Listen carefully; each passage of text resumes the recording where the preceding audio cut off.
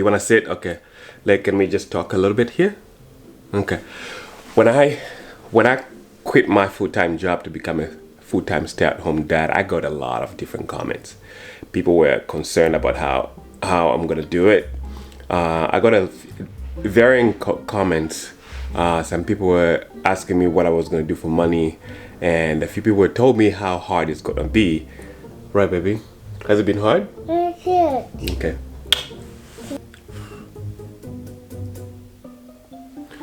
But all right, let's get one thing clear. This is the hardest, the most tiring and exhausting job I've ever taken.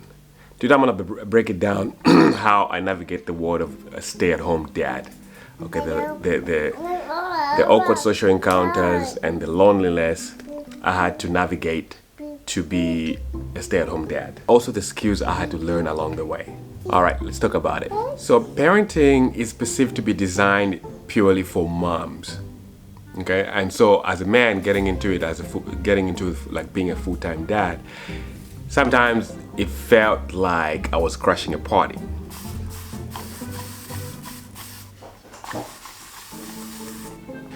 I remember the first time I took Miss Tally to Lowe's. I got a lot of stairs, and sometimes even when I take her to the park, I'm usually the only guy there. So usually, as a stay-at-home dad, breaking into social circles sometimes can be awkward, but you know, for a while now I had to drop down my guard, and just every time people ask me, I say I'm a stay-at-home dad. I take care of my daughter, and sometimes I work for her. Right, baby? No.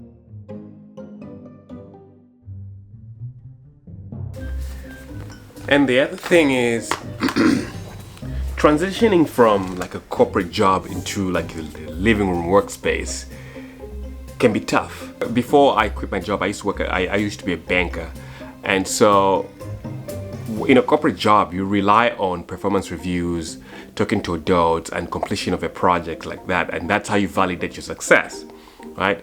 But at home, your coworker is a tiny human being who barely talks, and she doesn't care about your feelings, how positive you are, or your performance as a dad. And sometimes when I'm busy interacting with her, sometimes she'll just pour a whole empty cup of juice on the floor, or just like she will shred a cookie and throw it all over the carpet. So the loneliness can hit you like a bus sometimes. And so I had to learn to detox from getting immediate validation from my job as a dad, which can be tough, you know, but you get all the validation of successful day by making sure that she eats, she's happy, and she's alive. And you know, for me, I thrive off like if I make food and she eats it, or if I get her tired in the morning and then put her up at 1 o'clock for a nap and she sleeps for the whole 2 hours. So that's a successful day. And many times when I have to go somewhere with Miss Tally, I have to pack her all kinds of stuff. Usually I keep her bag ready. This is so that I could get ready. Whenever something happens, I'm ready. But nothing prepares you as much as bathrooms. And as a stay-at-home dad, when I go out and about, because Tally's still a baby, I use men's bathroom. And you'd be surprised how many men's bathrooms don't have changing tables. They haven't normalized yet that dads also need changing tables, because the role of a caregiver is designed for women, not for men. Imagine when you have a blowout when you're driving somewhere and then she has to go and you run into the men's bathroom and there's no changing tables. I have had to change Miss Tally on the floor of a bathroom. Sometimes, and I've seen how controversial it is. I saw a video someone posted on TikTok. I use the back of my SUV to change her a lot of times.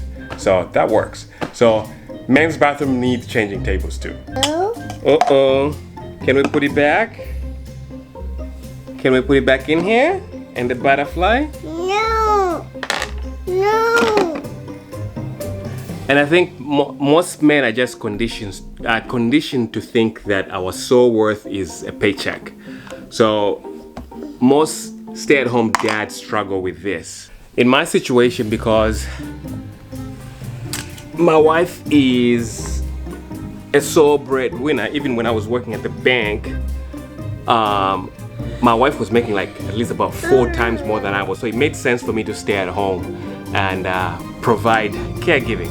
So while she provides for everybody financially, I get to provide care for Miss Tally, and then I keep the chaos of the house intact, you know, including making sure that she has clothes washed, making sure that Miss Tally is happy, and also I make sure that she's well taken care of. She has rest, she's entertained, all that stuff. The other thing as a stay-at-home dad that we have to deal with is awkward comments, like when we are